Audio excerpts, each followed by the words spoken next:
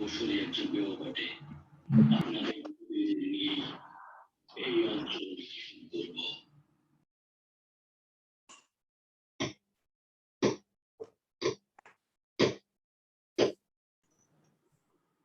Assalamu alaikum and good morning. Welcome to our today's webinar on blue economy sectors and prospects organized by Northern University, Bangladesh. We know the oceanic economy, popularly known as blue economy, has emerged as a crucial development issue for optimum use of ocean, seas, and marine resources from sustainable development. And nowadays, it's become so important that Northern University, Bangladesh has arranged an international webinar on this important topic. Today, all of the important issues on blue economy and its sectors and prospects will be discussed by our distinguished guests and resource persons. It's a great honor for me to introduce and welcome our Honorable Chairman, Honorable Chief Guest, Professor Dr. Abu Yusuf Muhammad Abdullah, Chairman, Northern University Bangladesh Trust today. Today, we are privileged to have an opportunity to listen to him. We are also very pleased and honored that three internationally recognized resource persons are present with us who are going to share their valuable ideas on today's topic. Today, we get Dr. Abhijit Mitra, Associate Professor and former Head, Department of Marine Science, University of Calcutta, Director of Research, Division of Techno India University, West Bengal, India, as our keynote speaker. We are also very happy to get Dr. Shambhu Prasad Chakraborty, Head and Research Fellow of the Center of Regulatory Studies, Governance, Public Policy, West Bengal National University of Juridical Science, Calcutta, India, and also Dr. Sufia Zaman, Head Department of Oceanography in Techno India University, West Bengal, India. Professor Dr. Anwar Hussain, Honorable Vice Chancellor of Northern University, Bangladesh, is present today as the session chair. Professor Dr. Nazrul Islam, Honorable Pro Vice Chancellor and Dean, Faculty of Business, Northern University, Bangladesh, is also present with us as a guest.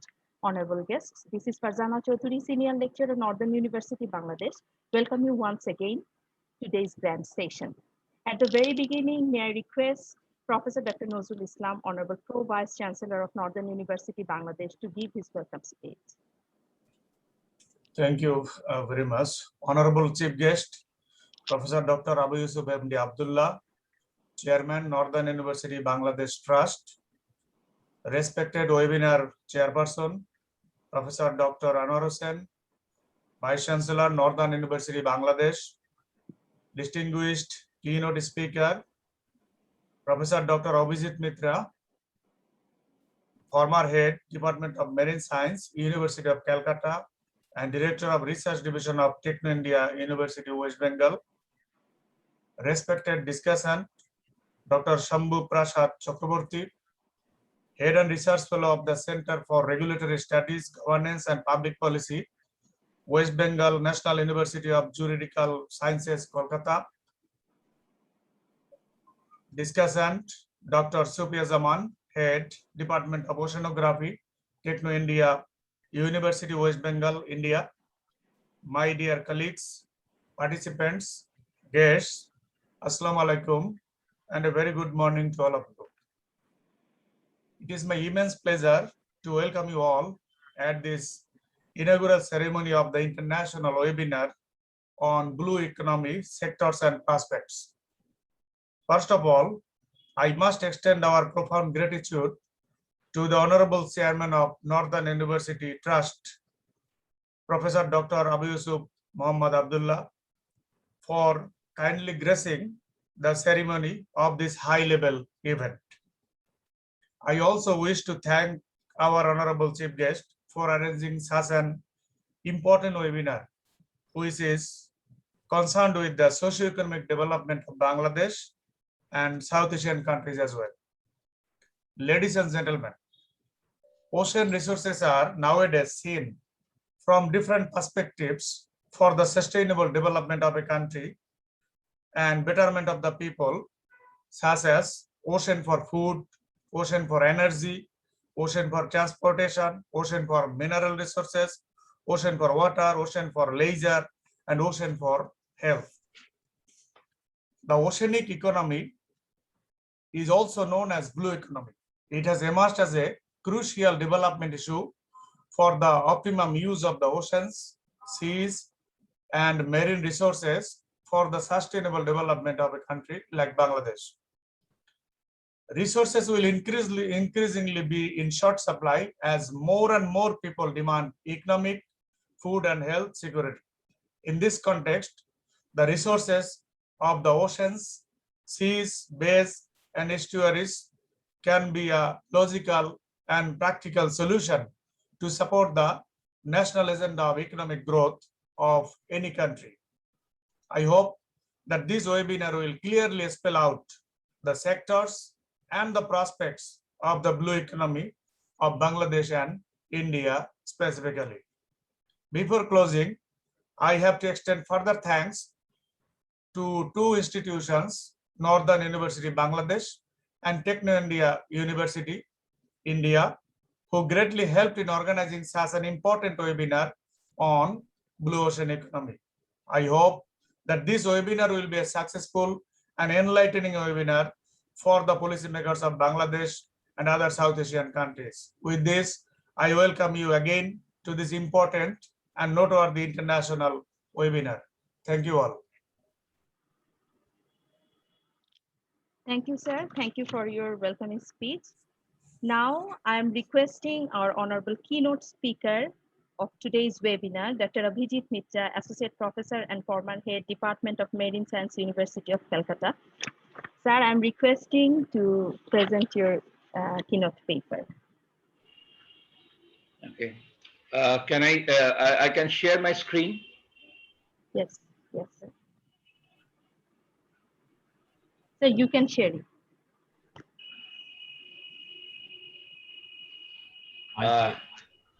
I think it is showing that it is disabled.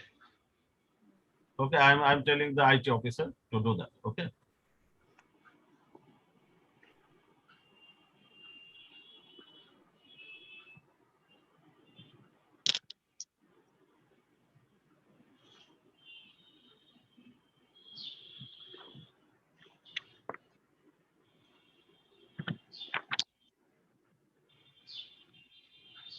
Is it visible now? Yes, sir. It's visible. Yes. It's clear. It is visible. Okay, sir.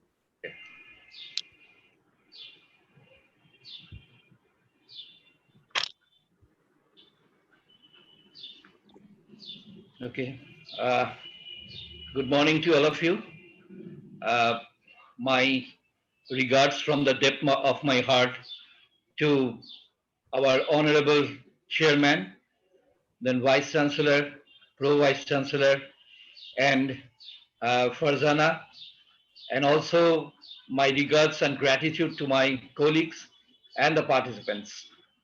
I welcome you all in this Blue Economy Sectors and Prospects seminar organized by Northern University, Bangladesh.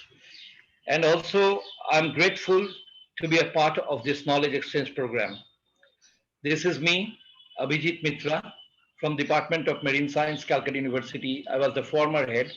Now I have come and joined as a research director of Techno India University, West Bengal, where I have to look after all types of research, starting from the biotechnology to chemistry to physics, even the oceanography, climate change, all these are coming under my jurisdiction. So I'll be giving you a very brief idea, not in details, regarding the blue economy.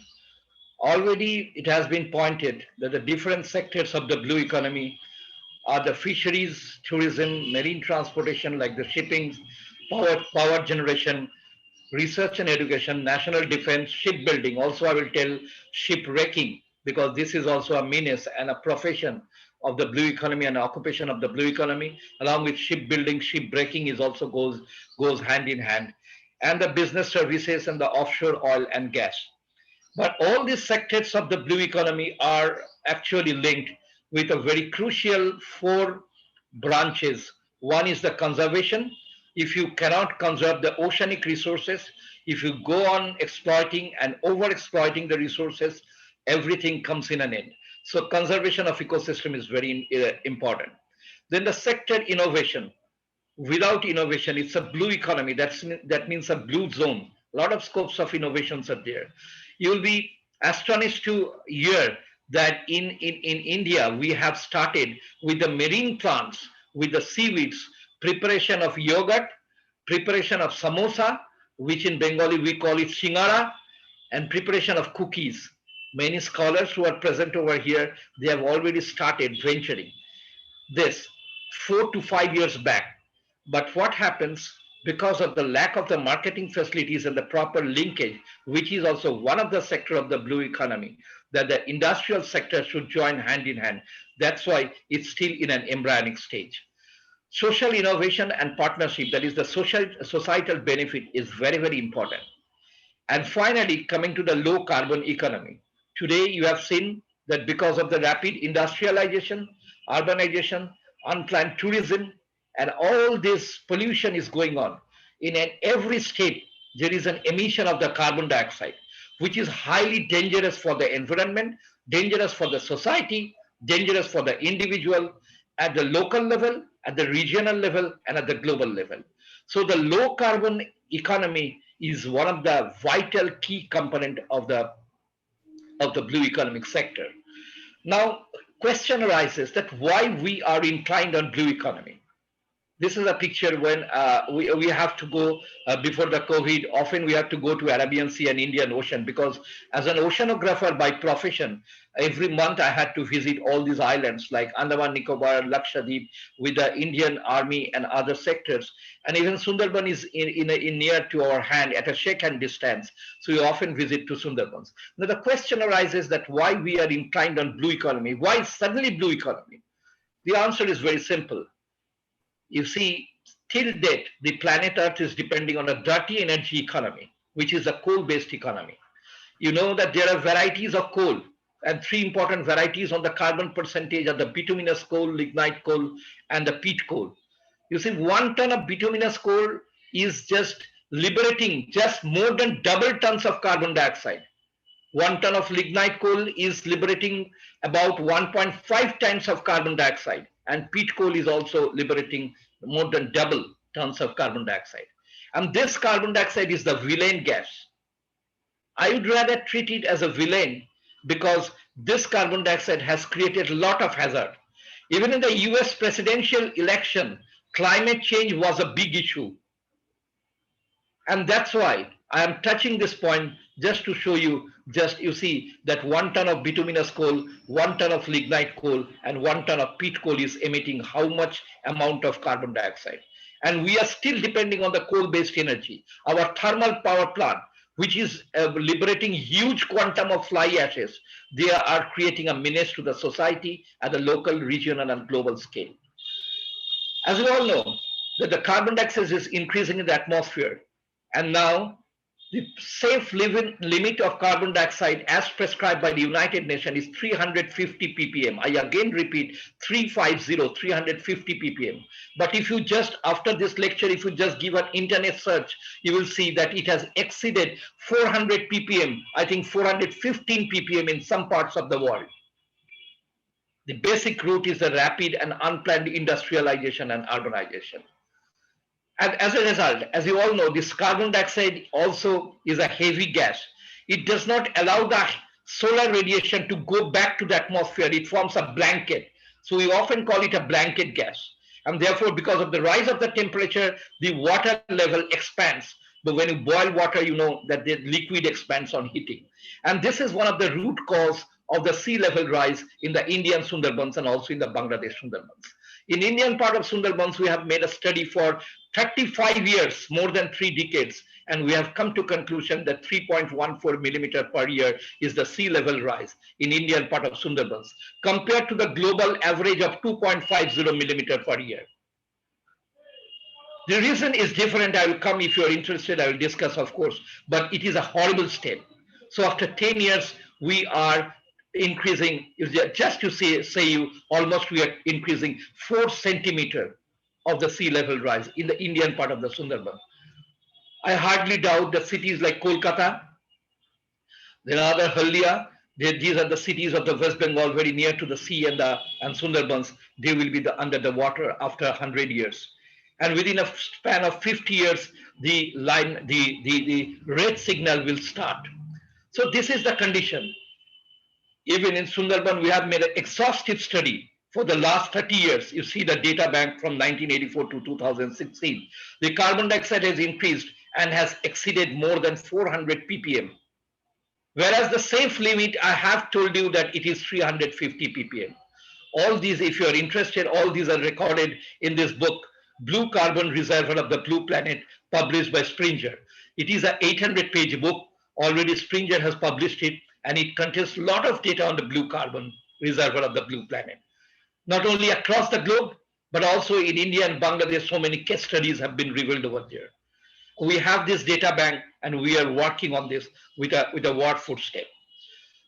As I've told you, that with the increase of the carbon dioxide, the temperature will also increase, because carbon dioxide being a blanket effect, it will not allow the temperature, the solar radiation to go outside. And therefore you see how exactly the carbon dioxide and temperature are fitting each other. If the carbon dioxide rises, the temperature correlates. There is a positive correlation. Statistical correlation is about plus 0.9832. So there is a correlation between the rise of the carbon dioxide and the rise of the temperature. And because of this rise of the temperature, the icebergs in the ocean, the polar ice, it starts melting. You see, as per the law of conservation of the mass, the polar ice or the icebergs, it converts into water. And whenever it converts into water, the water level rises. So this is also another root cause of the sea level rise. And it is happening in every part of the world. And there is a drastic effect on the biodiversity. The polar bears, which require pack of ice to live, they might eventually go extinct in the wild. The sea turtles, which breed on the same islands for their birth, they come from the 6,000 kilometer away from the Pacific to lay their eggs in the Sundarban areas. One fine morning, if they find their breeding ground, then they are nursing home under the water due to sea level rise. Eventually, their population will be degenerated. So we will be losing huge, a wide spectrum of biodiversity because of the sea level rise and the rise of the carbon dioxide and the temperature. These are the bad effects, the side effects. I'm not going in details, but I'm skipping this slide just to show you that what is happening. This is the underwater photography. If you go under the sea, you will find a beautiful coral reef. In India, we have the Lakshadweep island. Then we have the atoll in the Minicoy, Kadmat Island. Then in the Andaman and Nicobar Islands, beautiful coral reefs. But now, because of the rise in the temperature and acidification, this color has been lost.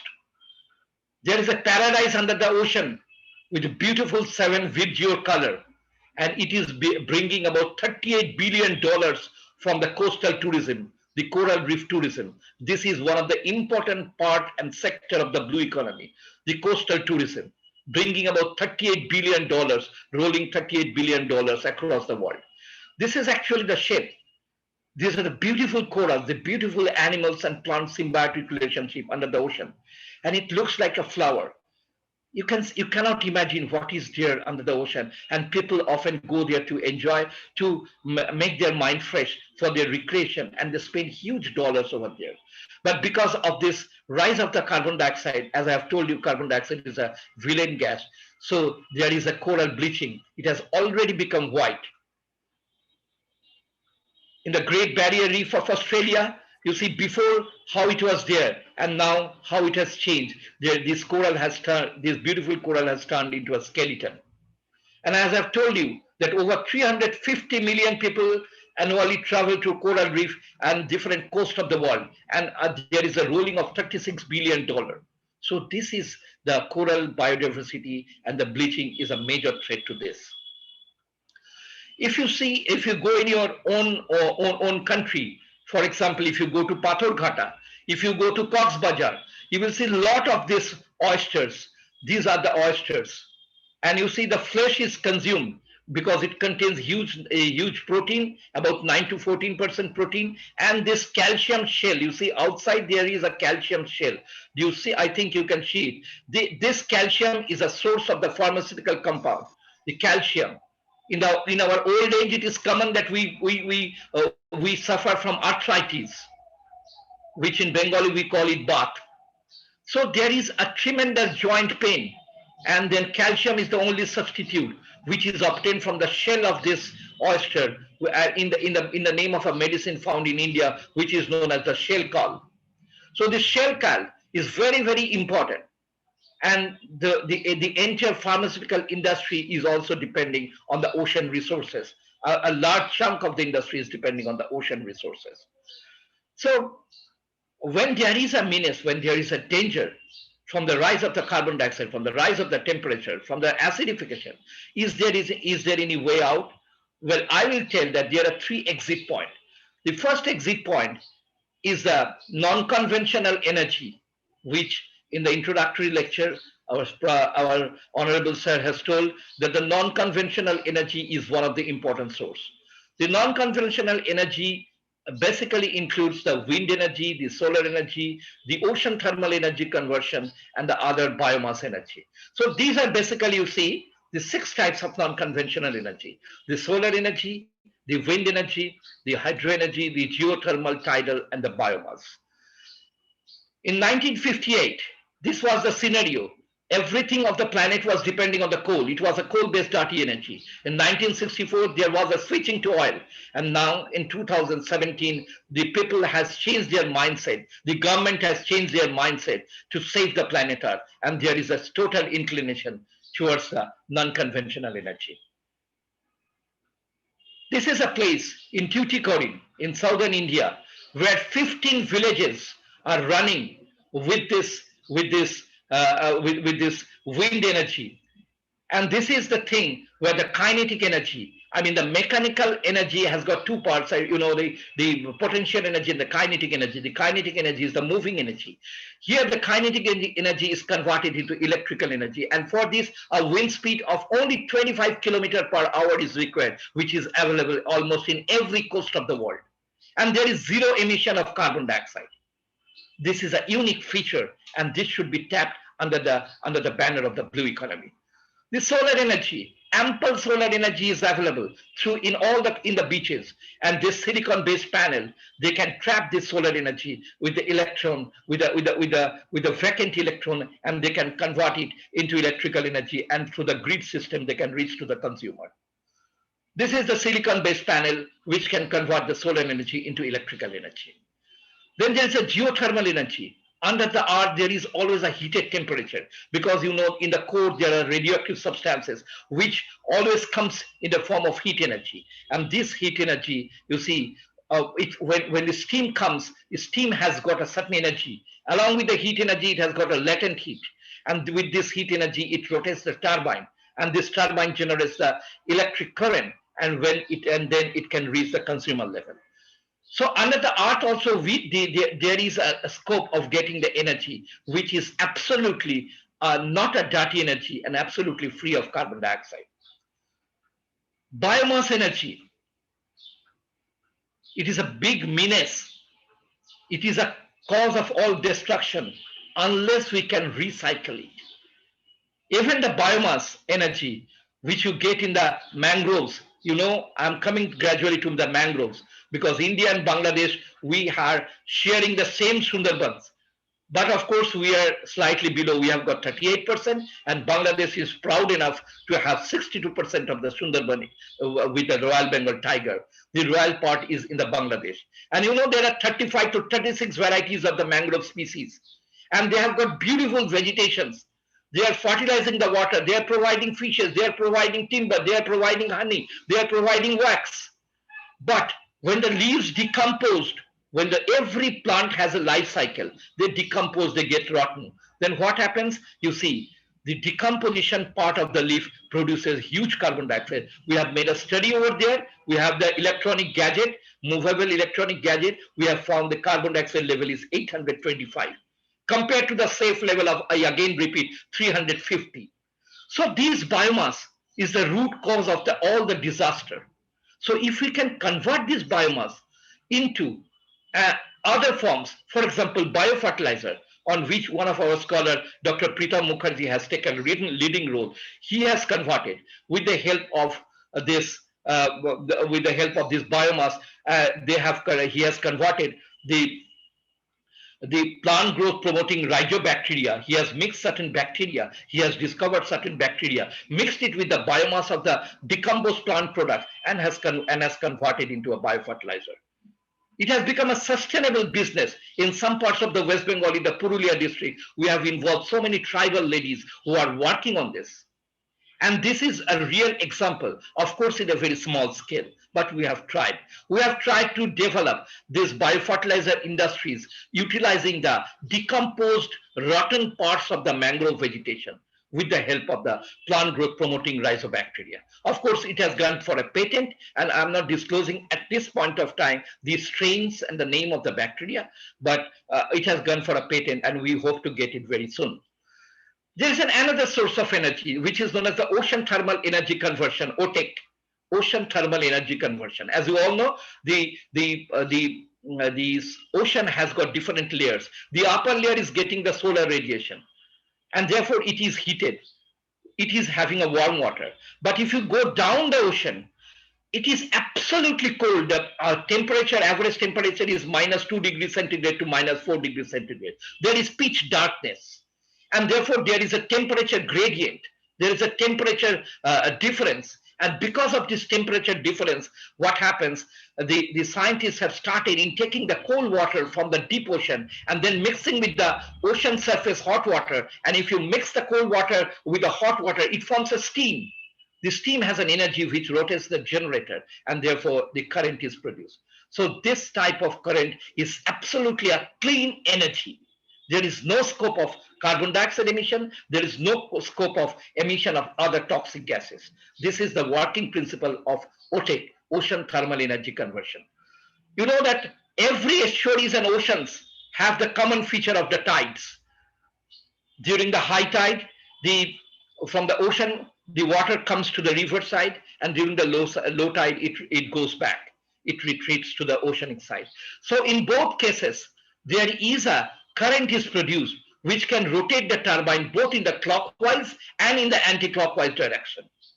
So we can also use the tidal energy to get the another non-toxic energy, the electrical energy, which is absolutely clean in nature.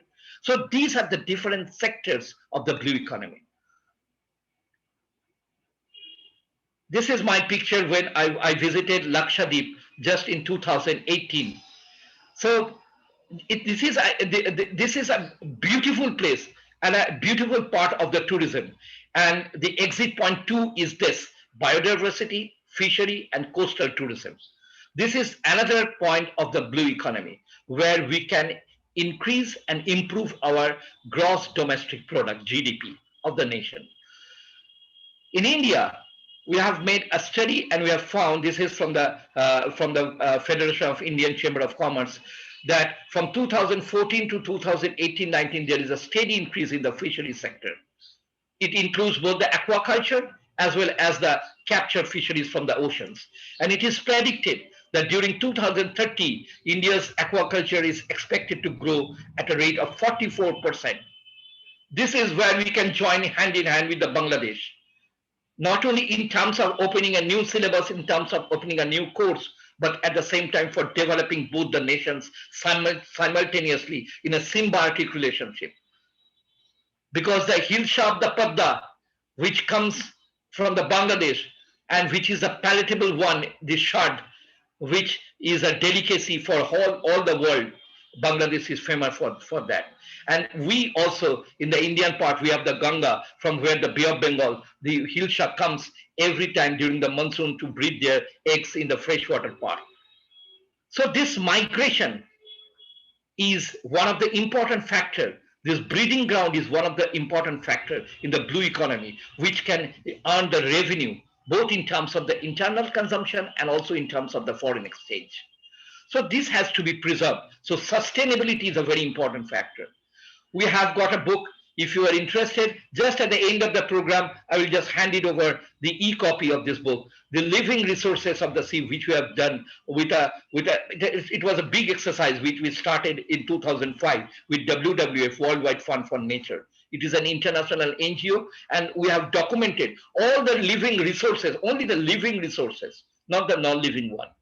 because I don't have much expertise, and neither do we do not have the technology to go inside the deep to grab the non-living resources like the polymetallic nodules and others, the minerals. But we do have the technology to study the living resources of the ocean. So at the end, I will send you this book so that you can have an idea that how we have done on a superficial scale.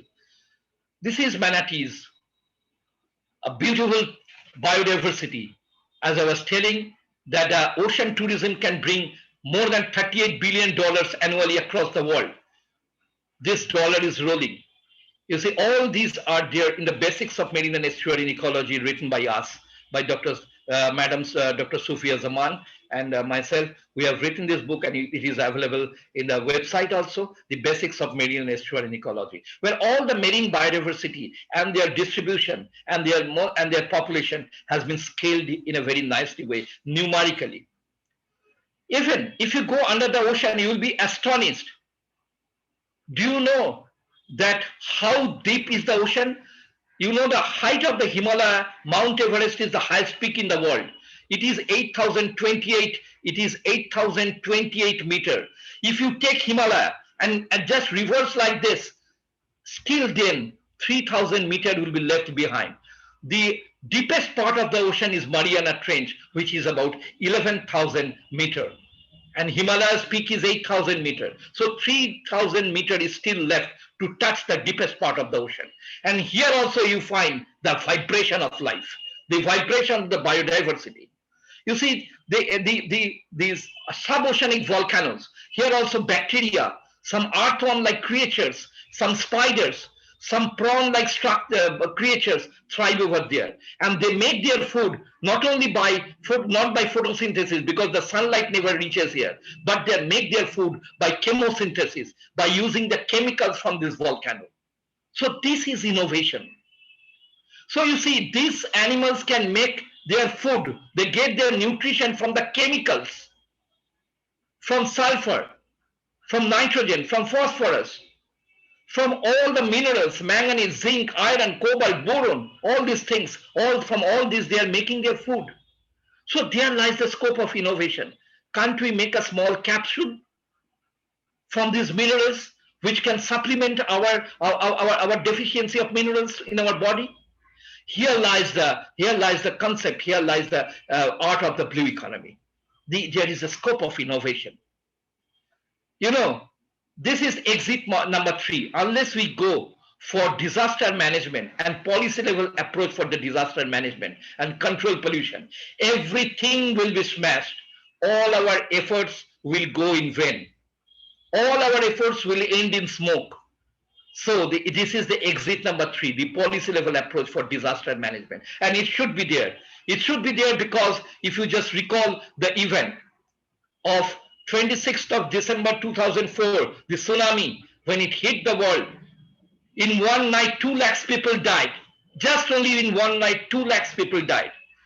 And huge coastal tourism suffered a devastating loss in terms of the monetary, in terms of the life, in terms of the resources. So the policy level approach is very important, that where we should construct this tourism, how we should construct this tourism. There should be some policy. You see, in every sea beach, erosion is a common factor. Today you are constructing a hotel, investing money. The next day, after 5 years, your hotel is gone. Your money goes inside the saline water. So there should be some policy. In India, we have already developed a policy. We have demarcated the zone, CRZ1, CRZ2 and CRZ3. CRZ means Coastal Regulation Zone. Coastal Regulation Zone tells that within 500 meters from the high tide level, you cannot construct anything except the port, harbor, fishing harbor with permission and with a proper environmental impact assessment. Because port needs the water. A ship cannot go in the land and put off the goods and the luggages. So it has to use the waterfront. But how it should use? What precautionary measures should be taken in terms of the landing of the ship, in terms of the ballast discharge? These are all told in CRZ1. CRZ2, you can make aquacultural farm, but you cannot use the sea fund for polluting. You have to take a pipeline from the sea, and then you can use it for the prawn industry, prawn culture or shrimp culture industry, or doing some fisheries. Sea as a tree is open for all. You can do hospital construction, you can do school building, everything. So there are demarcation, there are jurisdiction, and there is a limit. And this is very important. This has to be obeyed. I hardly believe in India. Still now, if you go to Puri, if you go to Mandarboni, hardly very few hotel has obeyed this. But tsunami was an eye-opener. If we do not take the disaster management into account, then all our exercises on blue economy will end in smoke. And if we take in a very rational way, in a very scientific way, with a lot of awareness involving the people, then the GDP of the country will definitely rise. India's blue economy before the COVID, I am telling, is dependent on the marine resources, which comprises 4.1% of the Indian economy.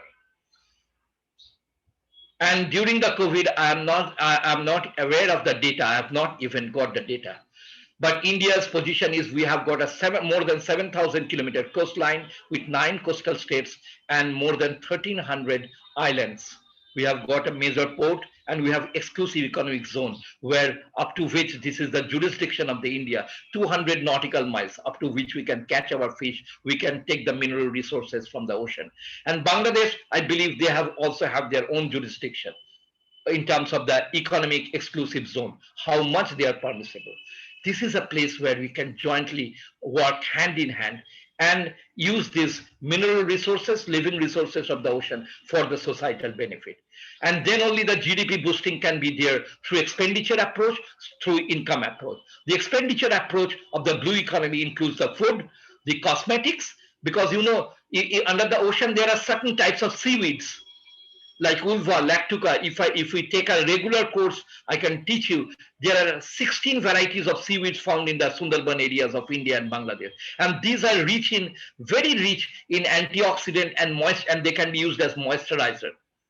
So this can get a huge amount of benefit, and this can increase the GDP. Food, cosmetics, then the non-living minerals, the manganese, iron can be used for making the body of the car, then the goods and other things. The income approach includes the salary, scholarship, tuitions, and the royalties. After writing the books, as I've shown you, after writing the books on the blue economy, we are getting good royalties from the Springer international royalties. So these are the income approach. And in GDP, you know, it's a sum total of the consumption, then the total government expenditures, then the country's investment on the capital, equipment, inventories, and housing.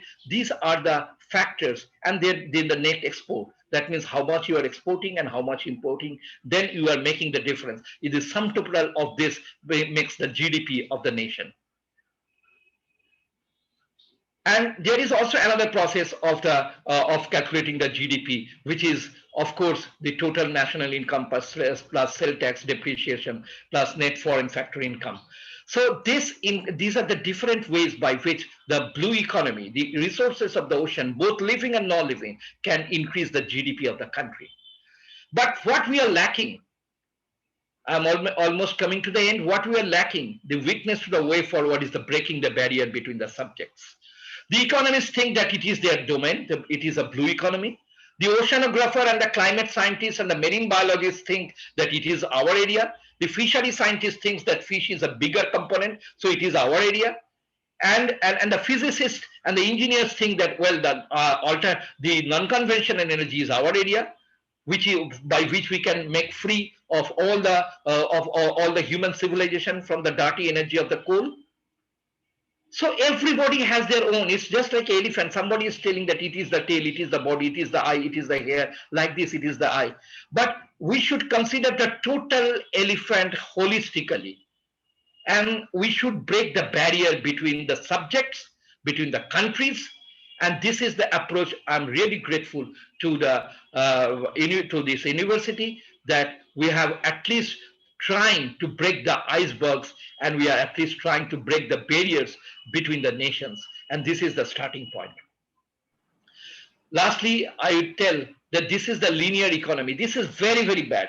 The linear economy means you just take, make, and throw. If you just take this, for example, if you just see this if you just see this dot pen, nowadays it is used. You just after writing, you use it, you throw it. After using it, you just throw it. But there are other types of circular economy. What is circular economy? You take this pen, after the thing is over, you take the refill, you throw it, but you can use this by putting another new refill. So you can circulate. You can circulate. There is some wastage because this is a plastic going to the nature. But still you can use this. You are putting it in the loop. This type of circular economy is beneficial for the society, for the nation, and it can reduce the pollution to a great extent.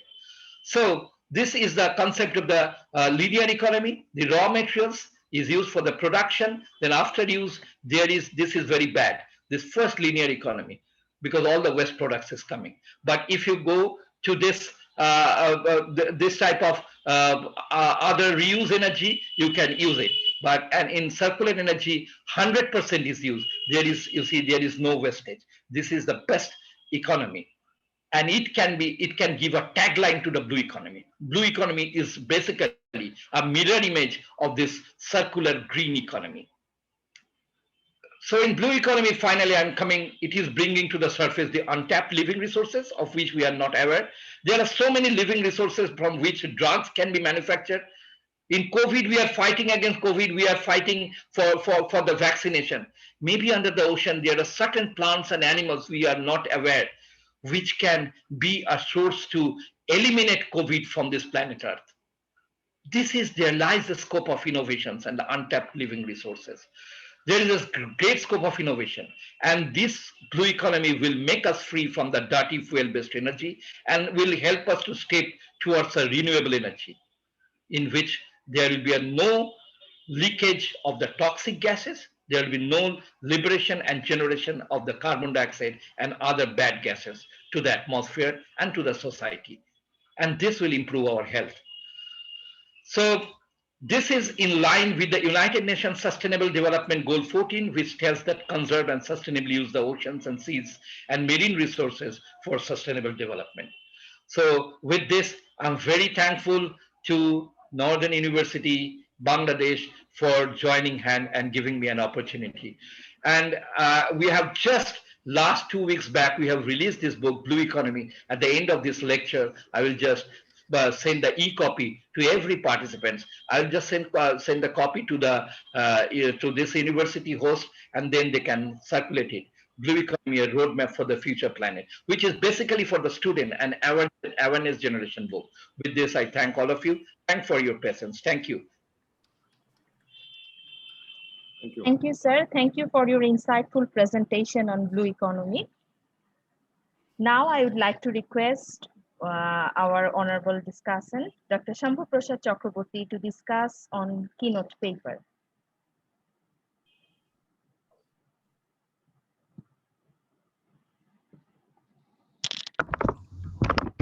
Yeah, thank you so much, Madam, for giving this opportunity today.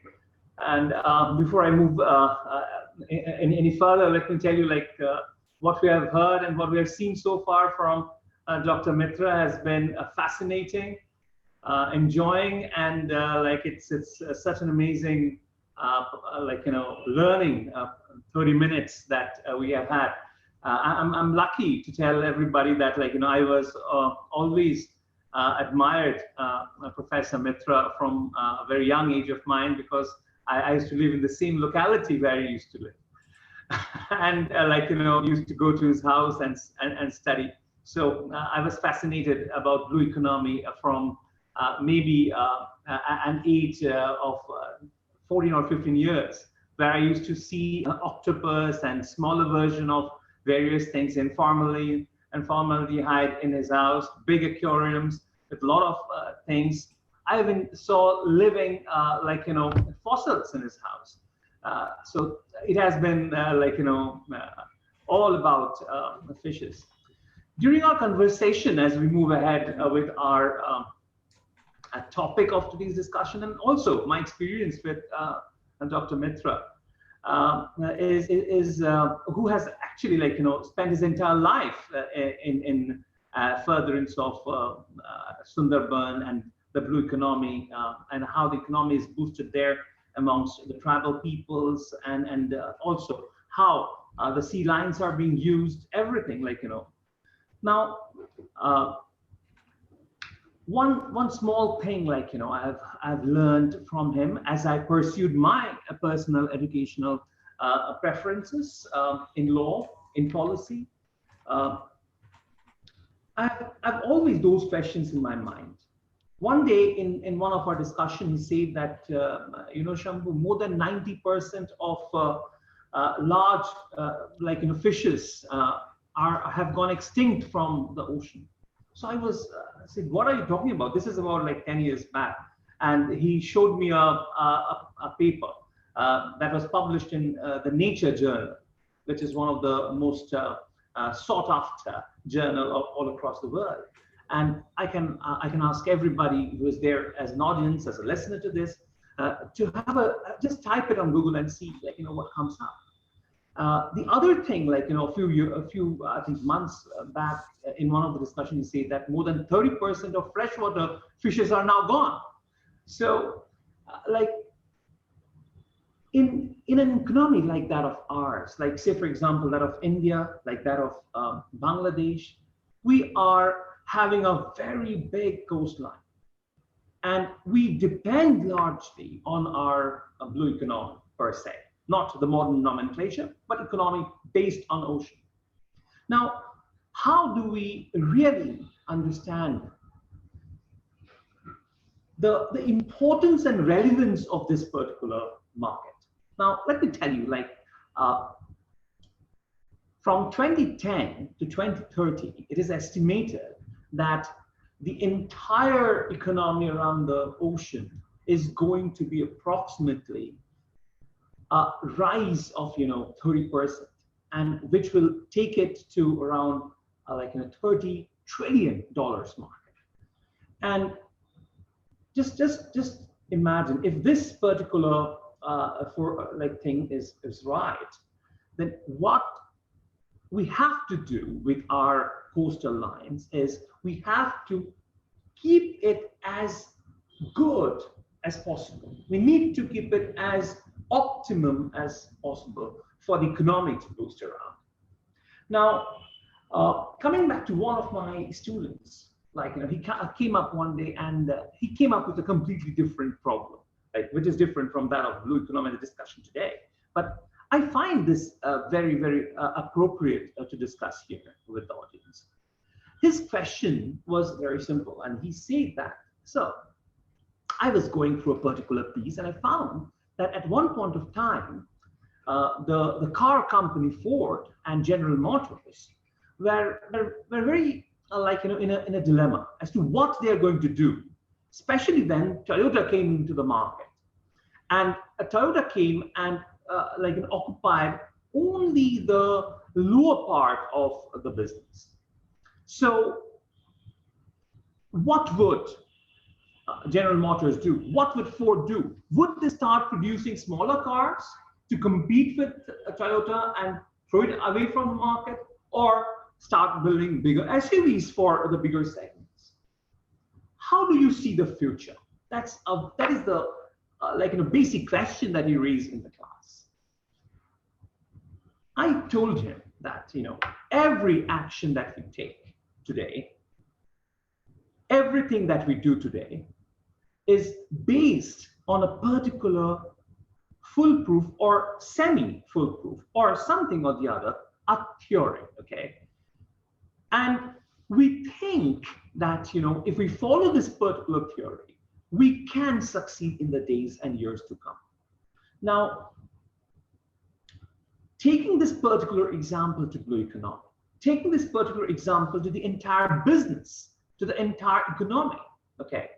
I would like to give another position before I come into this particular explanation. In 1970, being an academician, you know, I was exposed to various literature of business and business laws. In that year, a book came up, and this became a very interesting book, and that was basically been followed for last 20, 30 years, and even 50 years till 2019. I'll explain how it changed. The theory that existed in 1970 is, what is the purpose of a corporation? The answer was, the purpose of a corporation was to look and safeguard the interest of the shareholders. Okay, so that means everything that the corporation would do, everything that the company would do, is to protect the interest of the shareholders. And that was in the year 1970. In 2019, in USA, there was a roundtable discussion, and this roundtable discussion was done by a non-profit, 200 plus top US company members together, the CEOs together, and they came up with a new theory. And the theory that they came up with is, the purpose of a corporation is no longer to protect only the interest of the shareholders, but to protect the interest of all the stakeholders in the business. So taking these two examples and coming down to the concept of economy is that, how do we foresee what is to be done today? How do we see the future? Till date, we have only big data, we have things of the past, we have and we always teach our students also to analyze before you come to a conclusion. But how do we see the future? I think, and I believe, the answer is, we can very clearly see what's happening in the future only when we can see it through the lens of a good theory. And today, under the safe context, I believe the best theory when it comes to blue economy and its protection is the theory of sustainable development that we are all aware of. And that's exactly what we should be doing. And that's exactly what we should follow to protect our coastal lines. We need to understand that both Bangladesh and India are dependent on one another, because the ground playing field is common to both of them, irrespective of the share of lands and the coastlines that they do. If India pollutes the coastline, it will adversely affect the economy of Bangladesh, and exactly the same thing around. So it's important that we join hands and we take our steps together. Now the question is, if this is the policy, then can we determine what should be done by each and every shareholders and as well as the stakeholders in the business? I believe we should have to keep it to and leave it to those CEOs and managers of those companies, those organizations who are directly involved in functioning of the blue economy. Maybe we can bring them together. We can teach them the theory, but we cannot take decisions for them. We have to develop modules so that we can teach them that this is the lens through which you can look into the future. And the lens is nothing but based on the United Nations Sustainable Development Goals, the concept of sustainable development, the concept of the modern concept of blue economy. I think, I've literally surpassed the time that has been allotted to me. But thank you so much once again for giving me 10 minutes time to discuss about what is to be done from the policy perspective. Before I end, let me tell you, I'm heading the Nodal Research Center of this National Law School in Calcutta, in West Bengal. And I always try to tell people that you have to take your own decisions. But before you take the decisions, you try to understand the theory and how good that theory is. Because if you are successful, then we would be successful. Then the entire economy would be successful. Thank you so much once again to the university, to the chairperson, to the vice chancellors of the universities, my very beloved Professor Abhijit sir, for having me in this particular podium. Thank you once again. Thank you, sir. Thank you for your critically discussing the paper on blue economy. Now, I would like to request our last speaker, Dr. Sufiya Zaman, to discuss the keynote paper. Hello and good morning to all.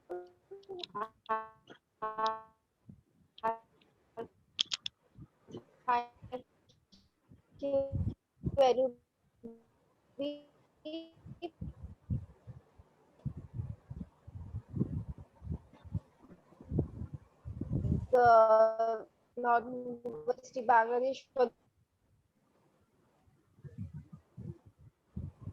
basically on the preparation of floral hand-based sanitizer.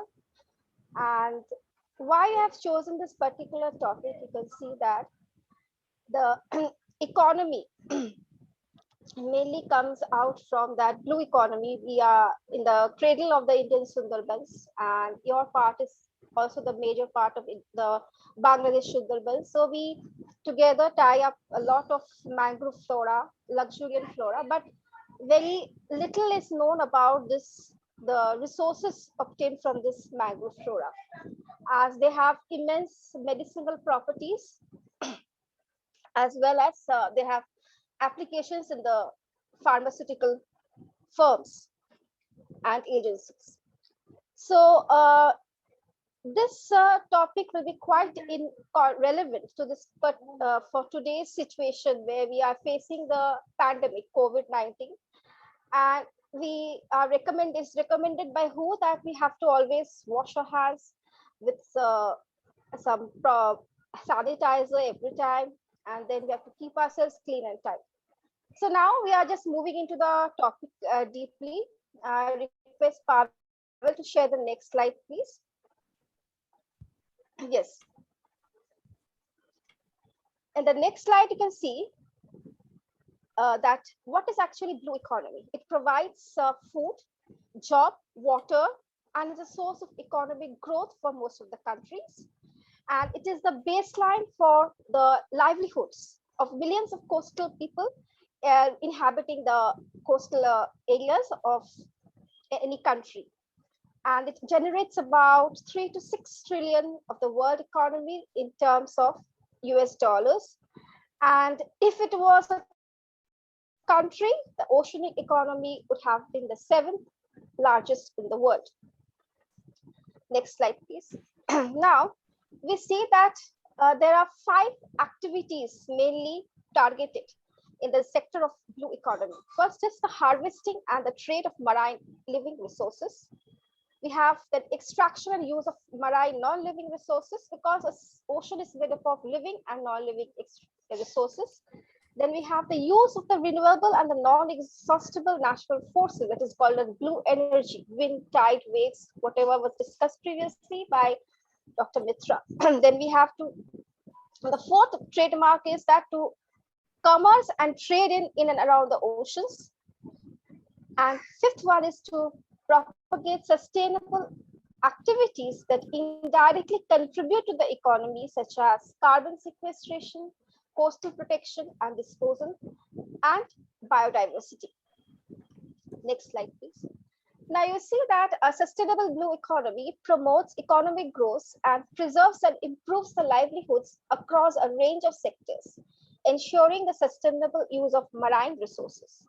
Now, when we talk about the marine and the coastal resources, we mainly find that the resources which is provided by the nature and which are found in the coastal areas, in the riverine region, the ocean region, the seawater region, the intertidal mud flats, what we call the zonation, which is found in the entire marine zone, is divided into intertidal mud flat, subtidal zone, littoral zone. So all these zonations, they are enriched with different types of flora and fauna, diverse flora and fauna, but they are still untapped. We have not touched them yet very deeply, not very crucially. They have been researched, or for reason why we cannot find many of the magical potents, magical medicines which are maybe can cure the COVID also, what Sir was talking previously. So you see in this case, when we have the interface of land and sea, we have huge mangrove flora, okay, in the intertidal mud flats, and they have three types of services. But these are called ecosystem services of the mangroves, which is provided by them to us, to the mankind, the human beings, and they are provisioning services. We have regulating services, and one is a cultural service. But here we are talking about the provisioning services, that is the direct use of the mangroves in terms of timber. Then they sustain the fishes, fish life, they provide fuel wood, they provide honey, wax, all this. So these are the provisioning one. Then we have the cultural one, because here we have the socio-cultural rituals like the praying of the Bono Bibi. Then we have while entering into the Sundarbans. And then we have the regulating service like carbon sequestration. Then we have bioremediation. All these are other regulating services.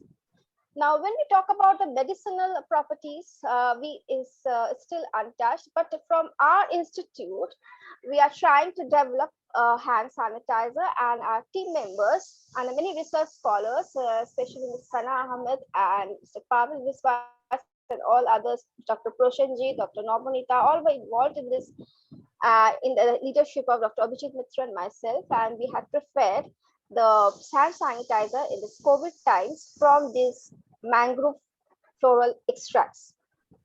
Next slide, please. Now, you see that here we have to determine the current. In the objective, we have laid down that we have to determine the present potentiality of the medicinal properties of this mangroves, and we have to developed a baseline survey of the 34 true mangroves. Not only the 34 true mangroves, we have developed a baseline study report, and we can show in our next few slides that, next one please. Yes, what is actually hand sanitizer? Just a review that a hand sanitizer is actually an antiseptic which can be it's a supplement to washing with soap and water, and they are found in different forms, such as gel form, liquid form, solution.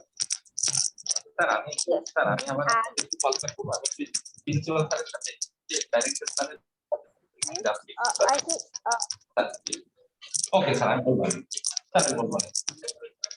hello. Can someone please unmute? Someone's mic is unmuted. Kindly mute the speaker, please. I'm not able.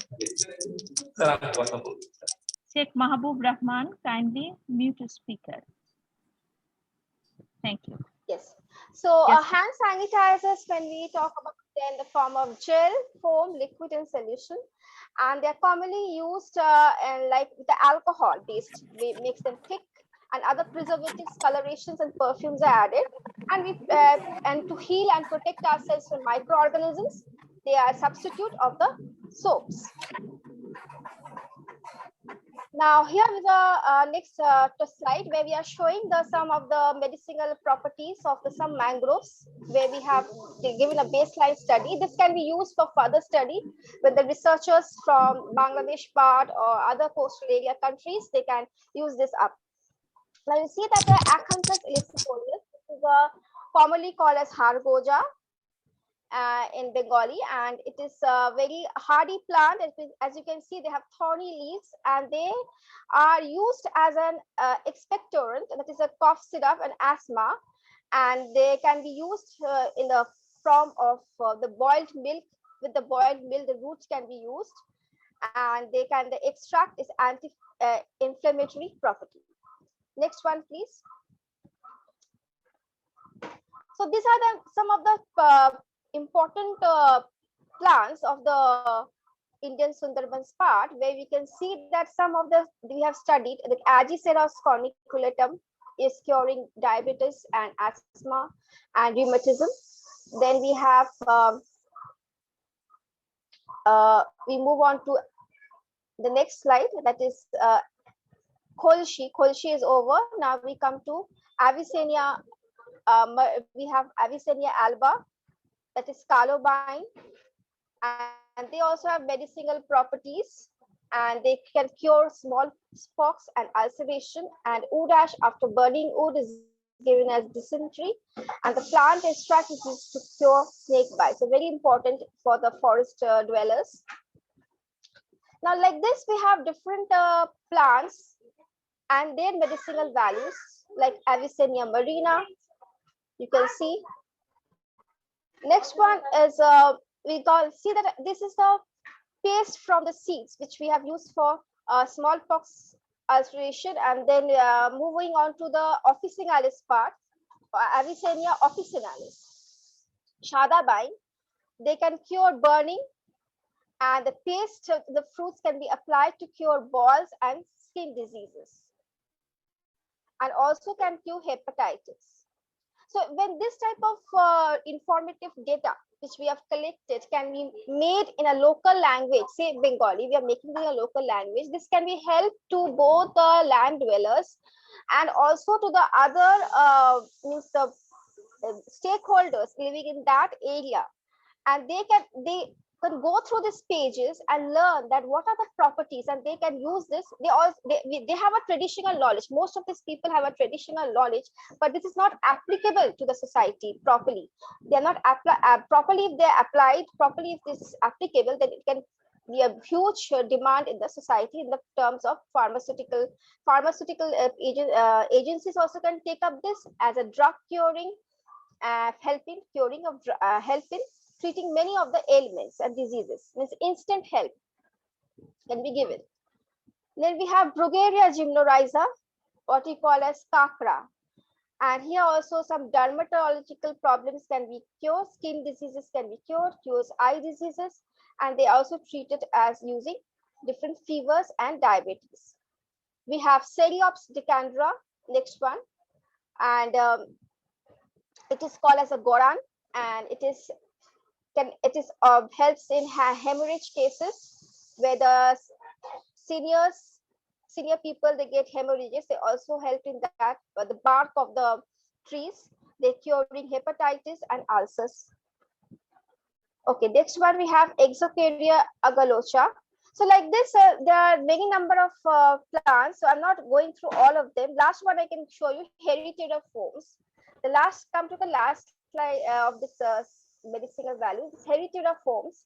Heritidaformes, as we called as a Sundari tree, from which the name, many theories have come. There's a name has come from the Sundarbans, the Sundari trees called the Heritidaformes.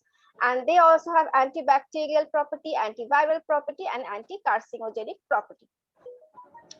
Now we have the pharmaceutical compounds which are derived from this mangroves in the domain of blue economy. As already discussed in the 5 activities of the blue economy, the living marine resources can be tapped in and they can be utilized for commercialization.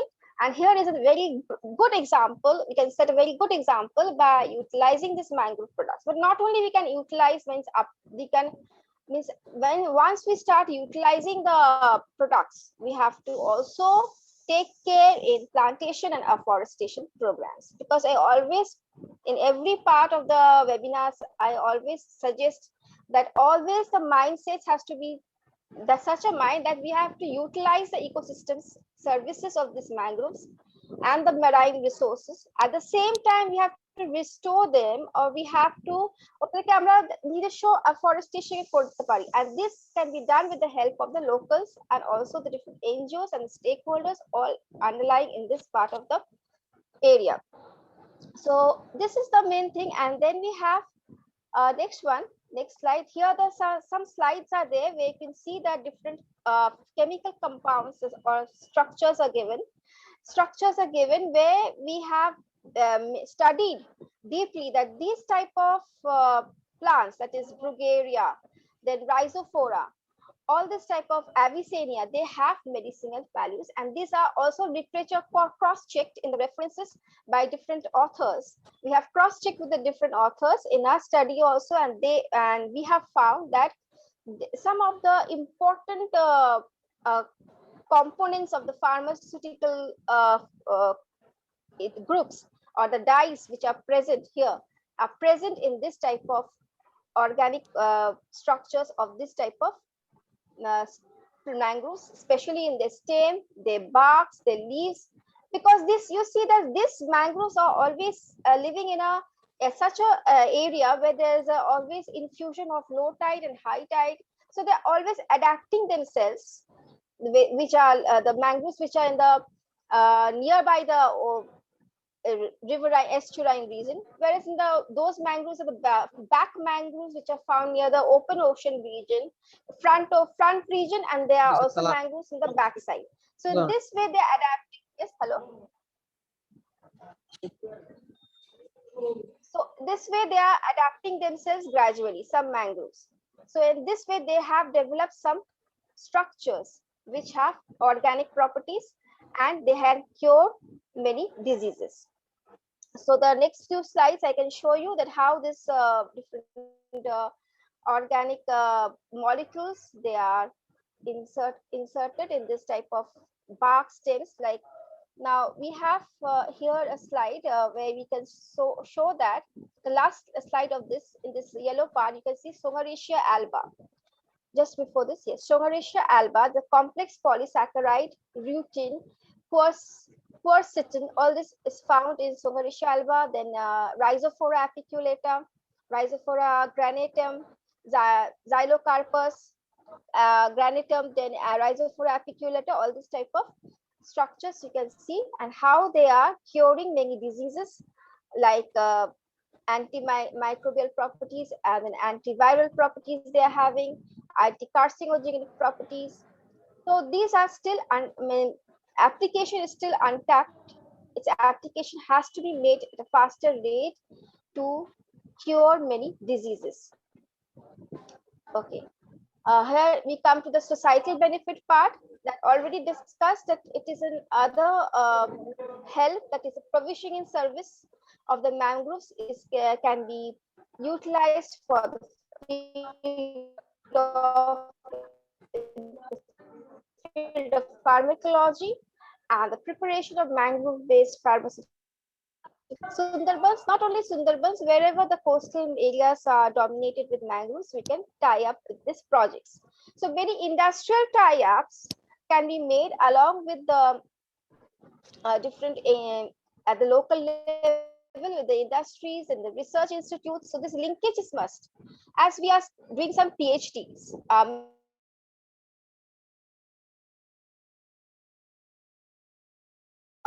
PhD topic where it can be beneficial for both the society and ourselves for curing the diseases. So all this type of researches which are oriented for the society must be taken into account.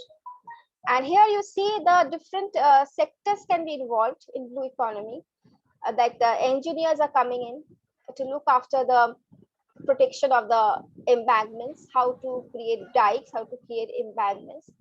And then we are moving on to how to protect this environment. At the same time, we are concerned about the utilizing of the marine risk ecologists are required.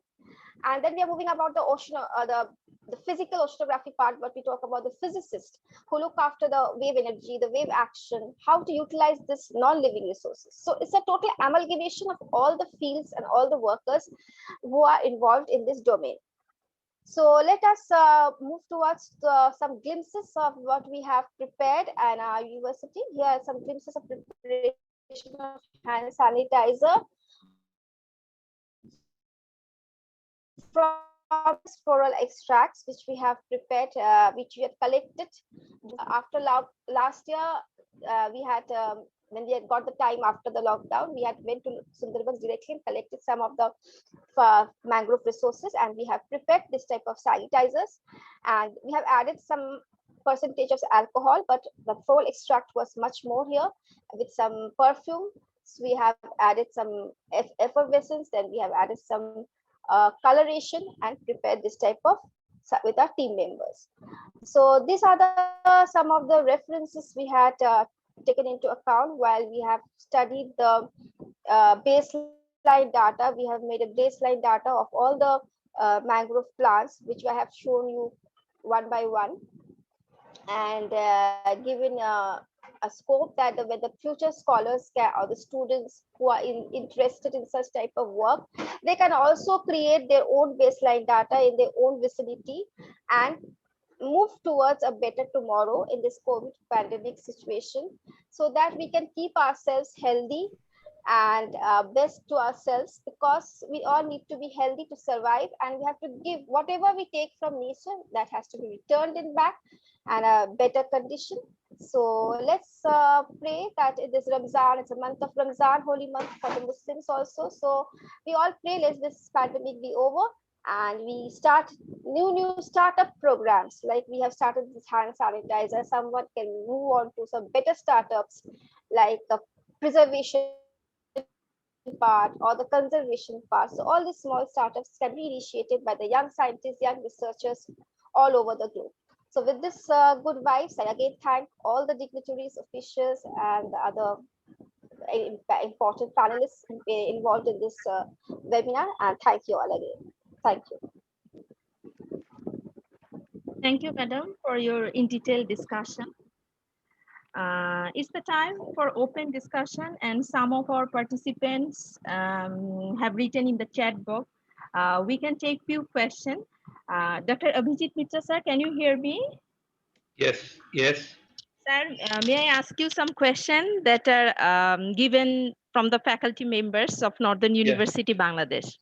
Definitely, please go ahead. Okay, sir. This question actually come from Professor Dr. Javed Mahmood. Dr. Javed Mahmood. He's the department head of Faculty of Business of Northern University, Bangladesh.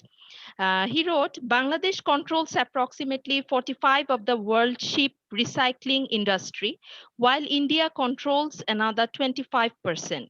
It's very important for us, yet we hear that it's extremely eco-unfriendly. Kindly share your thoughts on this issue. Professor, good morning. First of all, my regards to you. Thank you, sir. Thank you, sir. It's really a problem, and because of our economic issues, we have to take this burden of the developing countries.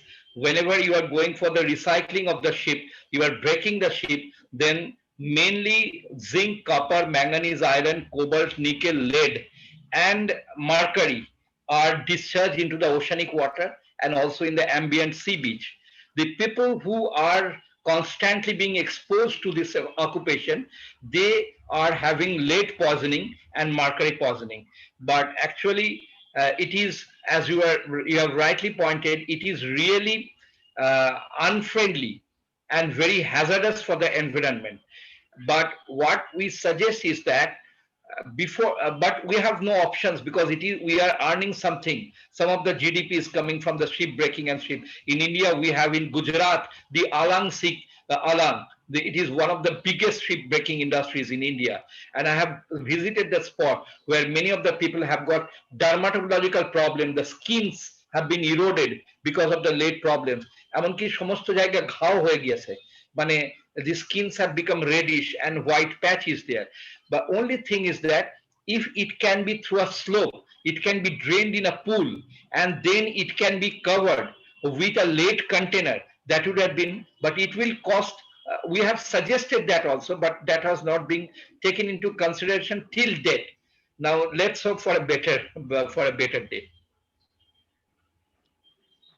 Thank you, sir. Thank you. Thank you. Thank you. Another question from Mohammad Shakhawat Hussain, Assistant Professor of Department of English. This is also for Dr. Abhijit Mitra, sir. Although Bangladesh won a landmark verdict at the International Tribunal for the Law of the Sea in 2012, we have not taken enough advantage of the vast sea area.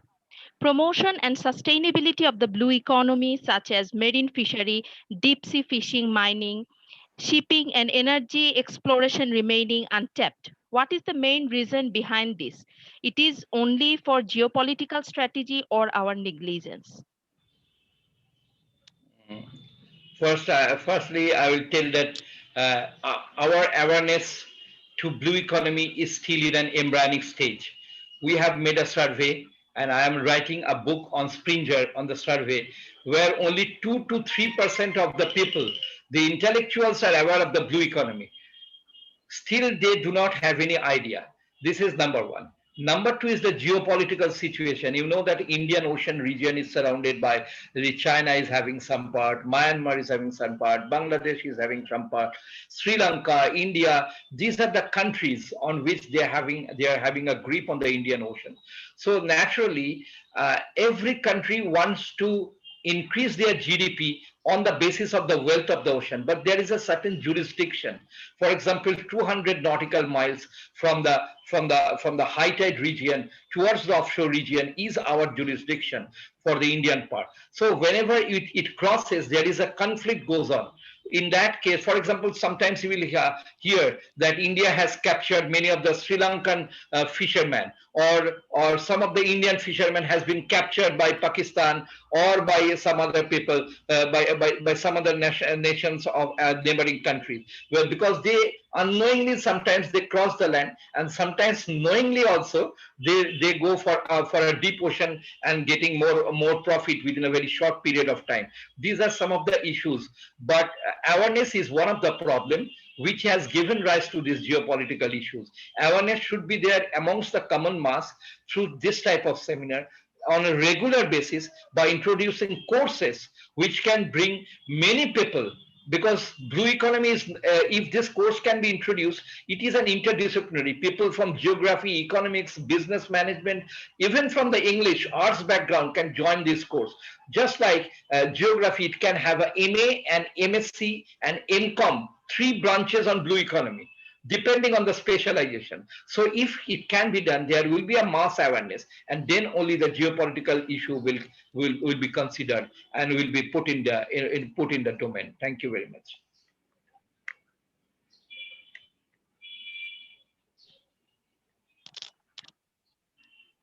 Sir, this is the last question. For Bangladesh perspective, which sector in our country has the highest scope of development from blue economy, and how the development can be ensured? I think Dr. Probal Borua, who is sitting over here, he can answer the question. But for Bangladesh, I think fishery is number one. Number one fishery, along with the aquaculture, shrimp culture, Bangladesh has made a substantial progress. This is number one. Number two, in Cox's Bazar, you have beautiful scope of tourism. The coastal tourism can increase. Even the coastal tourism can be a small diploma course for the universities like Northern University of Bangladesh. They have not started. These are the various things which can be. First, I will tell fisheries and aquaculture, then coastal tourism. This is number two. And number three is the pharmaceutical industries, because or depending on the marine living resources. For example, there are certain plants I know which is called Sweda. They are red in color, found in huge quantity in Cox's Bazar area and also in Pathor Ghata area, where Mr. Bapar is also doing the PhD. I have seen these plants are wasted. People waste and burn these plants, but these plants are the good source of the antioxidants. They can be used for industrial purposes, for pharmaceutical industries. So if you just go categorically, number one, fisheries and aquaculture. Number two, you have got a very good sea beach and sea and a very good site, mountain there in Cox's Bazar. Coastal tourism is number three, and number three, marine-based pharmaceutical industries.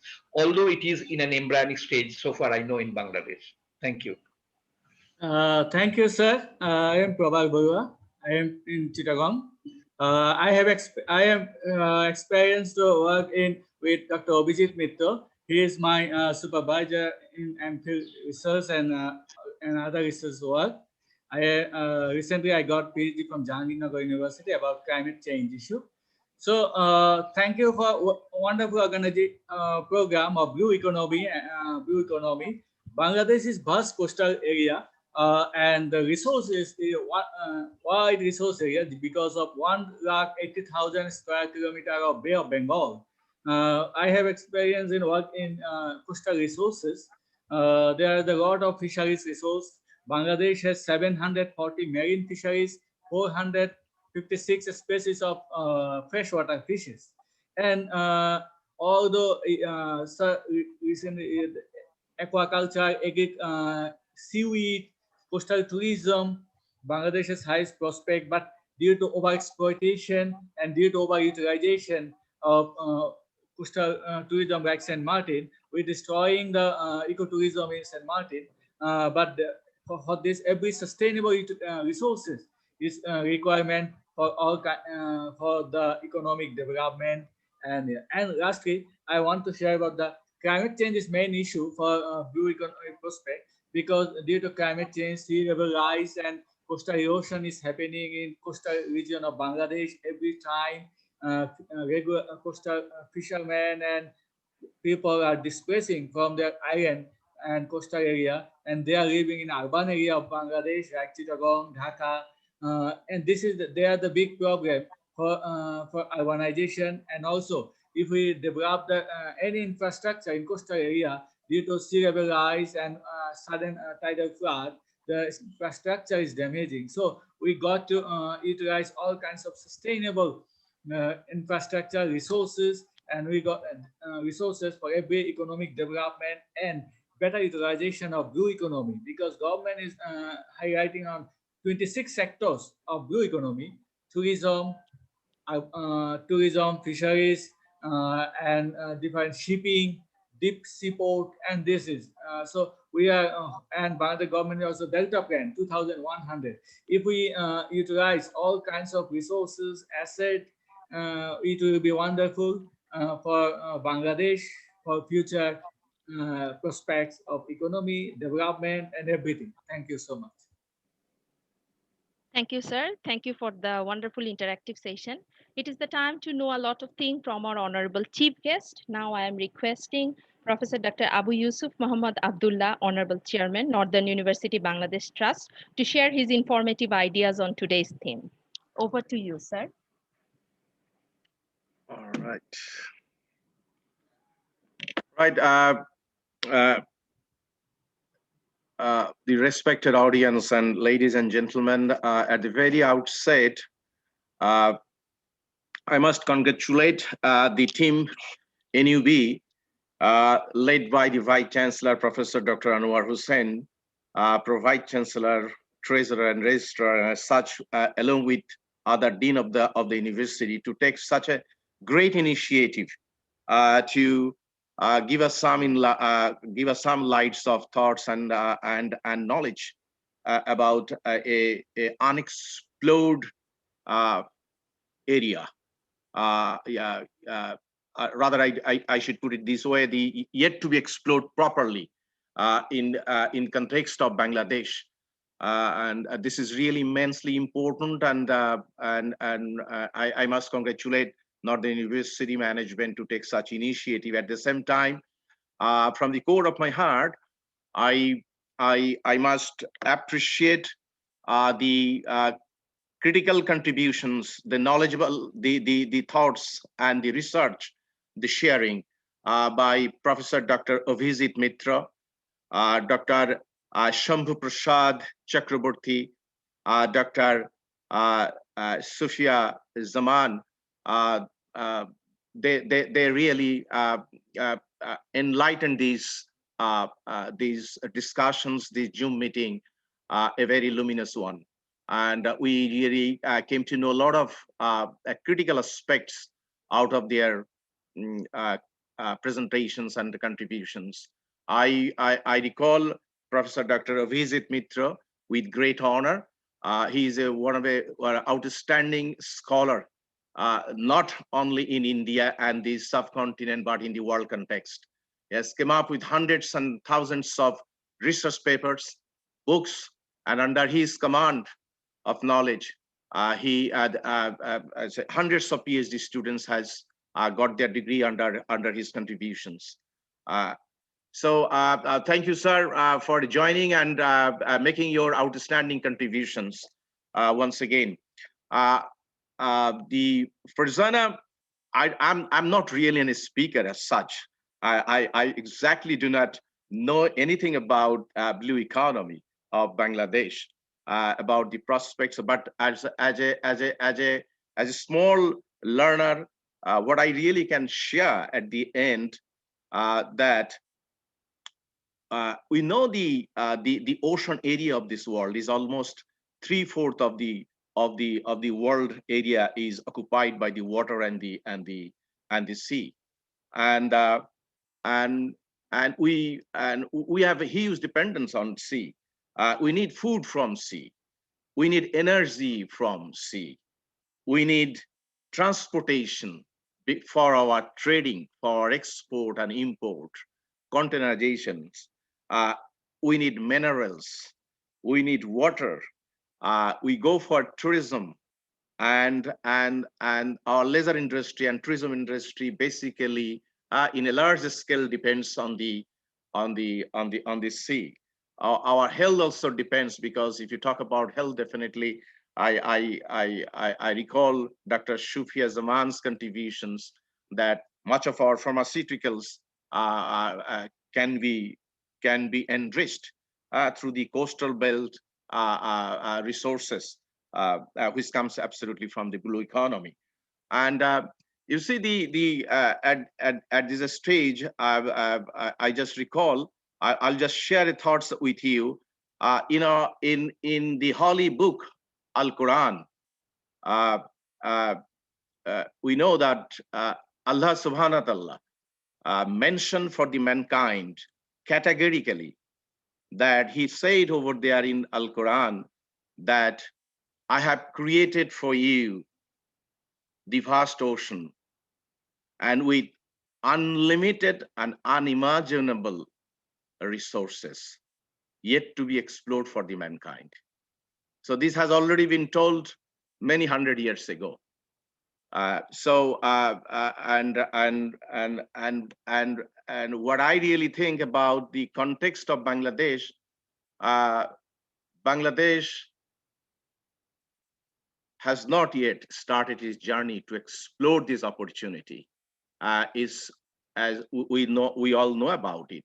Bangladesh has a lot of things to do. If you look around in our neighboring countries like China, like Philippines, like Indonesia, Malaysia, Thailand, Japan, and Australia, all these countries and economic and nations basically are trying as much as possible on the basis of their capacity to explore the blue economy benefit. And if you talk about a single country like Australia, whose annual contribution comes from the blue economy is $45 billion per year, is an unthinkable amount. So the blue economy prospects for Bangladesh is immensely critical, because you see if you talk about the size of Bangladesh land area, the similar sizes of the water area also remains for Bangladesh, as per the contribution of Dr. Prabal Borua said. And if you talk about our coastal districts, almost 15 coastal districts are there in Bangladesh. Three big divisional areas are associated with the coastal areas, and out of that, I can say is almost 4 to 5 crore people lives in the coastal areas of Bangladesh, coastal districts of Bangladesh, which is almost 30% of the population, and 30%, more than 30% of the area. So, and to that context is immensely critical and important for Bangladesh, without losing any time to make a real focus on blue economy for Bangladesh, and they should make a master plan which they can move in the phase wise to explore the vast resources that are lying under our water area. Right at this point of time, Bangladesh economy is growing as very fast. We are enjoying 6 to 7% growth, and we all know that this lot of focus is now on Bangladesh and globally. And if we, to my a simple understanding, if you really can start exploring and give an emphasis to the blue economy explorations, definitely this growth rate could be easily 10 to 11, 12%. So that would easily make Bangladesh one of the outstanding and economically fast growing nations in the whole world. So time for Bangladesh to face this challenge. What I'll be saying at the very last stage, I'll request the management of Northern University, especially I'll place a request to the Vice Chancellor, since we have a good linkage with the Techno India University, West Bengal, India. And we have our outstanding scholars over there, along with a collaboration. So why not? We can set up seriously, think about it, setting up a department on blue economy for Bangladesh, especially in our Northern University. So that's the kind of a challenge that we can look forward, and definitely our brothers and our colleagues who are over there in Techno India, we can have definitely a lot of support from their end. Thank you so much giving me this opportunity to share a few words with you. Thank you so much, sir. Thank you, sir. Thank you for your wonderful words. At this moment, may I request our session chair, Professor Dr. Anwar Hussain, Honorable Vice Chancellor of Northern University, Bangladesh, to deliver his speech. Thank you, Farjana Chaudhary. Honorable Chief Guest of today's session, Professor Dr. Abu Yusuf Abdullah, Professor Abhijit Mitra from Techno India, Honorable Keynote Speaker, Professor Dr. Shambhu Prasad Chakraborty from Techno India, Professor Dr. Sufia Jaman from Techno India, all distinguished speakers of today's webinar. It gives me and my colleagues, Honorable Vice Chancellor, Professor Dr. Nazrul, Dean, Treasurer, and colleagues, and my dear students. Good afternoon. I'm really very pleased today because in one of the joint meeting with Techno India University Vice Chancellor, Dr. Gautam Sengupta, I requested him to organize a webinar for our students in Bangladesh, especially on blue economy. And as I know that Professor Dr. Abhijit Mitra is a world-renowned, scholar in this area, if he is kind to agree. And he was present in the meeting and he readily agreed. And after that, we have been able to organize this webinar. I'm really happy to see that such a big interest on the part of our colleagues and the students that even I was oversubscribed. The webinar has been oversubscribed. And I could not possibly get my entry unless I requested some of the students to give place for us. So this is the situation that we have, the pent-up demand for knowledge and learning on the blue economy. As you know, that Bangladesh is a country where we have the longest sea beach area undisturbed. And it is a beautiful, scenario, and the tourist attraction is there. And we also had the heritage of building ships back in the Roman period, 2000 years before. And right now, we are very much given importance to ship breaking than ship making, although ship making is also coming up. But the blue economy situation is still unexplored, but our Prime Minister, Honorable Sheikh Hasina, has taken a 100-year Delta plan where possibly these inputs will be there, and there is a cell on blue economy in the government. But what is really important today, and I'm amazed to see the vast knowledge and the organized way, the wonderful presentation made by our today's keynote speaker, Dr. Abhijit Mitra. I think we became much more knowledgeable on blue economy after his presentation. I'm sure every one of you who have attended this webinar will readily agree that it was really very, it's a very, I would say, intellectually and also management-wise, it was a powerfully structured slides and very well organized and made presentation fantastically well. I thank you, Professor Abhijit Mitra, for your excellent presentation. And I hope, as our chairman, honorable chairman, has already said, that we would like to organize a department of blue economy in Northern East Bangladesh in the business school. And I hope you will be our advisor to help us in that respect. We already have a cooperation contract memorandum of understanding signed between Techno India and NUB, I think we can have some collaboration and cooperation. And I always believe, as you, in your presentation, you also mentioned that Bangladesh and India, since this is a, we are neighbors, so there can be joint collaboration where a win and win situation could be there. And you release more energy, more result out of that. Like fusion energy will always give you more result than fission energy.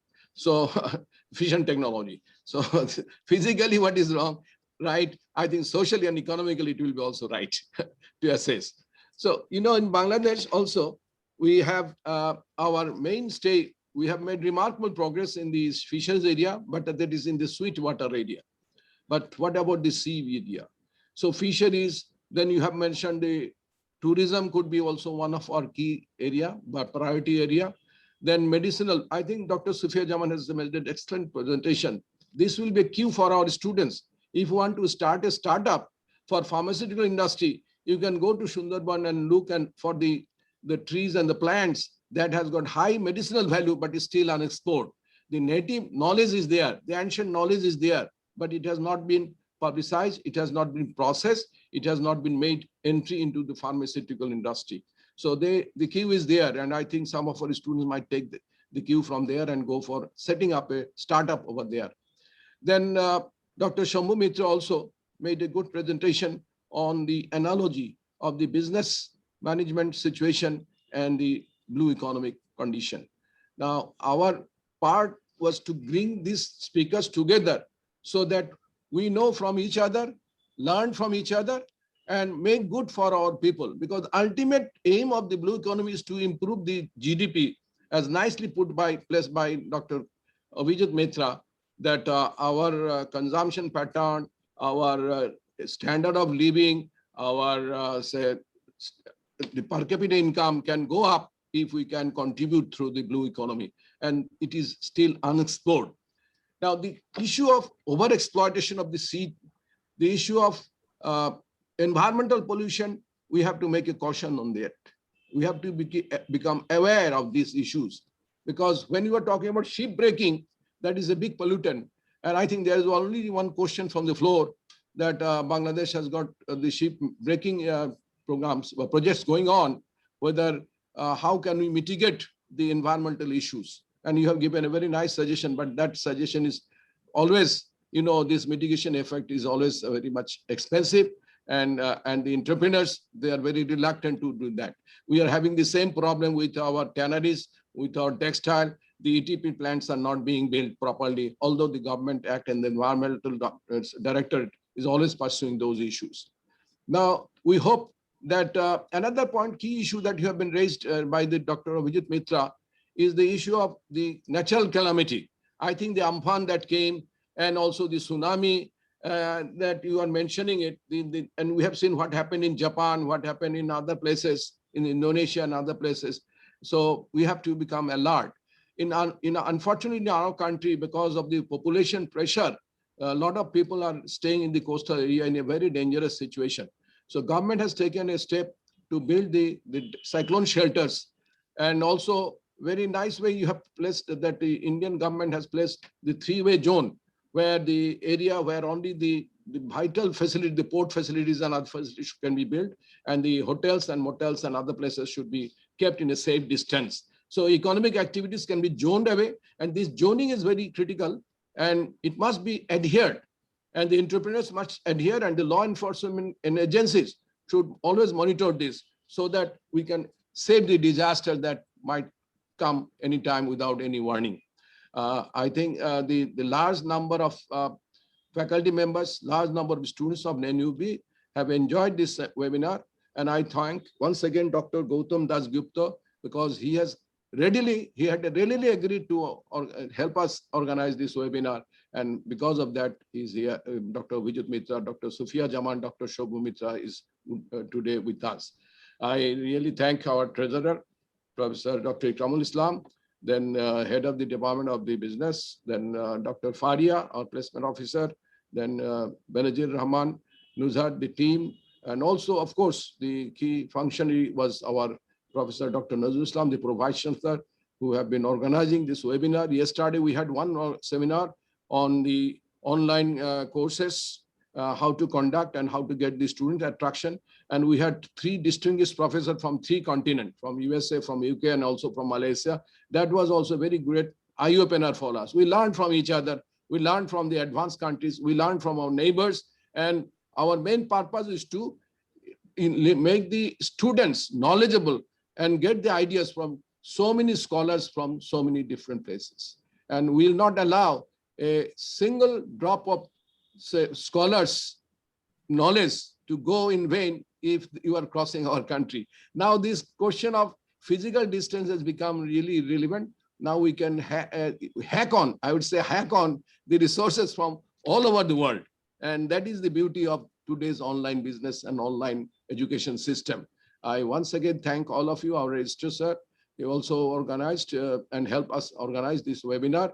I really remember all of you whom I cannot name in this short span of time because we have already taken almost 2 hours, but still I think there are almost 85 participants are still here listening to us.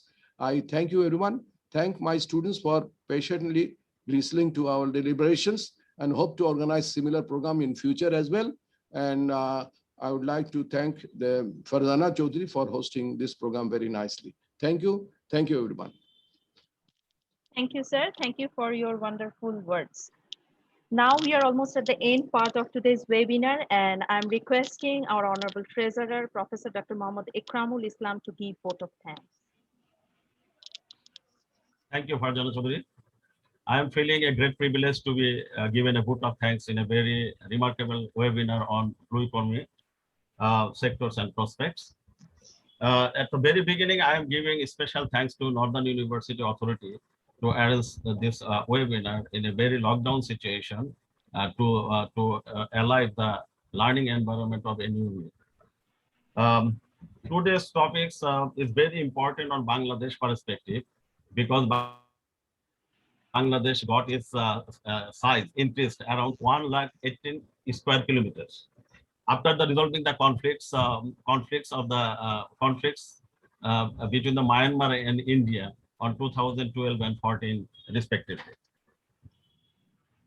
The experts who are working on blue economy are telling that it has a huge economical contribution around 70 trillion. Some information is giving 6 or 7 trillion, but some books I got the 70 trillion US dollar. So it's very big and very important for Bangladesh perspective. Today's seminar, the output of the today's seminar will definitely help the decision maker of the Bangladesh part regarding the blue economy decision. We are grateful to Professor Dr. A.Y.M. Abdullah, Chairman, Northern University, Bangladesh, to sacrifice his valuable time to join this webinar. Very special thanks to Professor Abhijit Mitra, Dr. Shambhu Prasad Chakraborty, and Dr. Sufia Jamal for their outstanding deliveries and sharing the information regarding the blue economy. Heartfelt thanks to all of you. Professor Dr. Anwar Hussain, Honorable Vice Chancellor, Northern University, Bangladesh, and Professor Nazrul Islam, Honorable Pro Vice Chancellor of Northern University, Bangladesh, are always encouraging us to arrange this type of seminar. They are always with us. Thank you very much, sir. I'm giving special thanks to Shafkat Azad because he is the main communicator between the Tech Media and Northern University, Bangladesh. So thank you very much. Thanks deserved to the audience of today's seminar, faculties, students, and officials of Northern University, Bangladesh, and also the participants who are with us from outside Northern University, Bangladesh, such as Tech India. Once again, thank all of you. Be safe. Allah Hafiz. Thank you, sir. Finally, the time has come to say goodbye. But before saying goodbye, I would like to thank you once again, the honorable guests, resource persons, and all the participants, and those people whose contribution actually make these events so successful. Me, Farzana Chaudhary, thank you once again, and wishing you a safe flight. Be happy and be safe. Thank you. Thank you, everyone. Thank you, everyone. Thank you, Dr. Mitra, Dr. Shambhu Prasad Chakraborty, Dr. Sufia Jaman. Please convey our gratitude and thanks to Dr. Sen Gupta for his Definitely. wonderful support that he's lending to us. And we Thank you, definitely sir. organize something. Yes, sir. Yes, sir. Thank you, sir. And also, I'd like to request that I got the mail from Zaid Iqbal Abir. Right. Yeah, shall I send the ebook of 300 pages to him so that he can circulate? Of course, sir. You can send it to him. He will make it available to us. It will be the soft so, copy. No problem. Okay. We'd like to So have a it is- copy each. Definitely. It is done within Okay. 5 minutes. He will get it. Okay. Thank you very much, sir. You were generous. We hope to do something meaningful. I think practically doing something over here on blue economy, and we can get your expertise support. Thank you, Thank sir. you very much. I'm so delighted that